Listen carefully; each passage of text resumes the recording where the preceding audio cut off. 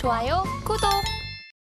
매일 아침 8시 반 찾아오는 센티멘탈 펀더멘탈 코너입니다. 오늘도 두 종목 가보겠습니다. 오늘은 센티멘탈로 한솔케미칼, 펀더멘탈로 NH투자증권 이렇게 두 종목 되겠습니다. 자, 한솔케미칼부터 좀 볼까요? 제가 차트를 그려왔습니다만 빨간 줄로 표시를 했습니다. 상당히 저조하다. 주가 성적이 말이죠.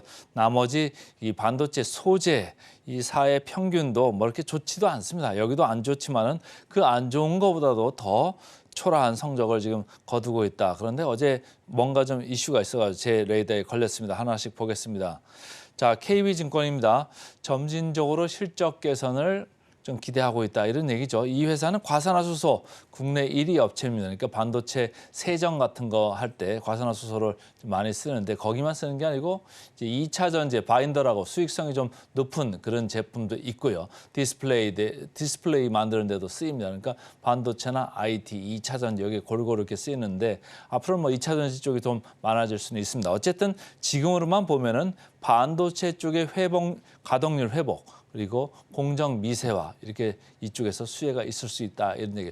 회복 그 가동률이 지금 2분기에는 80%까지 이제 D램이나 이런 쪽에 올라올 수 있다 이런 얘기고 비메모리 쪽, 파운드리 쪽도 조금 그쪽도 쓰는 양이 좀 많아질 수 있다 이런 얘기고 이게 미세화 공정으로 가면요 추가적으로 처리 공정이 좀 늘어납니다. 그럴 때마다 이 과산화수소가 더 쓰일 수 있다 이런 생각을 좀 하는 거죠. 그래서 앞으로 반도체 미세 공정 더 진행되면서 사용량 Q가 더 늘어날 수 있다 이런 얘기고 2차 전지 매출 비중이 확대되면서 바인더나 고수익성이 들어가니까 매출 믹스가 좋아진다. 그러니까 영업이익률도 약간씩은 좋아질 수 있다 이런 얘기입니다. 이쪽 그 반도체 소재 쪽은 말이죠. 장비랑 달리 장비 쪽은 한번 확 들어갔다가 또 안 들어갔다가 나중에 또 확 들어갔다 이렇게 사이클 진폭이 상당히 크지 않습니까? 그런데 반도체 소재 쪽은 여러분들이 집에서 매일 아침 뭐 칫솔질을 하면서 치약을 사용하듯이 아니면 뭐 다른 거 매일 밥을 먹잖아요. 이렇게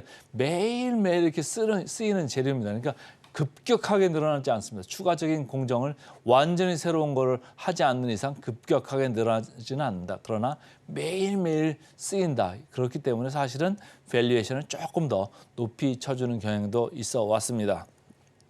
하이투자증권입니다. 24년은 뚜렷하게 상저하고다. 무슨 얘기냐면 1분기 정도에는 이제 가동률이 좀 낮을 건데 2분기부터 시작해서 회복이 좀 정상화될 거다 이런 얘기를 하는 거죠. 그래서 24년에 상저하고인데 최근 3년 내에 저점 수준의 밸류에이션 아까 제가 말씀드렸는데 주가가 장비보다 이쪽 소재 쪽에 상당히 부진했는데 그 부진한 것보다도 더 부진했다고 말씀을 드렸습니다. 근데 이게 어떻게 보면 상대적으로 봤을 때도 그리고 역사적으로 봤을 때도 저평가 상태다 이렇게 얘기를 하는 겁니다.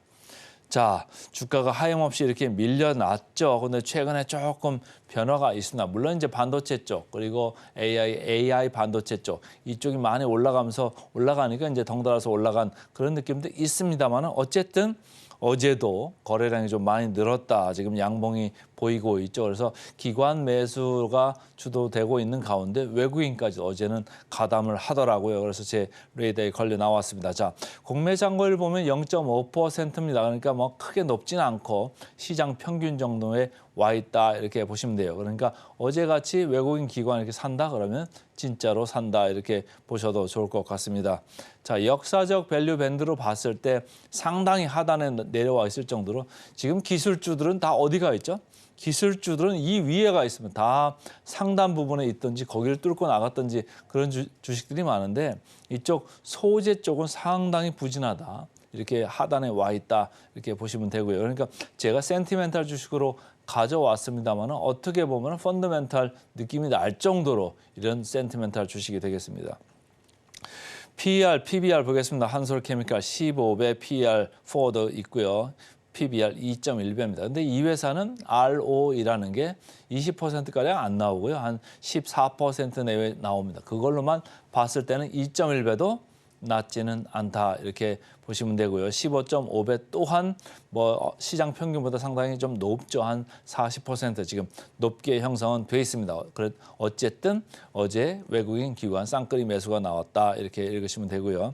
목표가는 크게 변동이 없습니다. 유지가 되고 있다 이렇게 읽으시면 되고 괴리를 보겠습니다. 그나마 좀 긍정적인 부분이 여기네요. 한솔케미칼 39% 남아있다고 컨센서스는 이야기하고 있습니다. 그래서 오늘은 어제 분위기 좋았던 한솔케미칼 오늘 센티멘탈 주식으로 먼저 말씀을 드렸습니다. 이제 펀더멘탈로 가겠습니다. 펀더멘탈. 오늘도 저 PBR 주식입니다. NH투자증권이죠. 빨간 줄로 제가 표시를 했는데요. 거의 금융주 12개사 제가 모니터링 하는 회사가 있는데 그 회사들의 평균하고 거의 맥을 같이 하고 있다.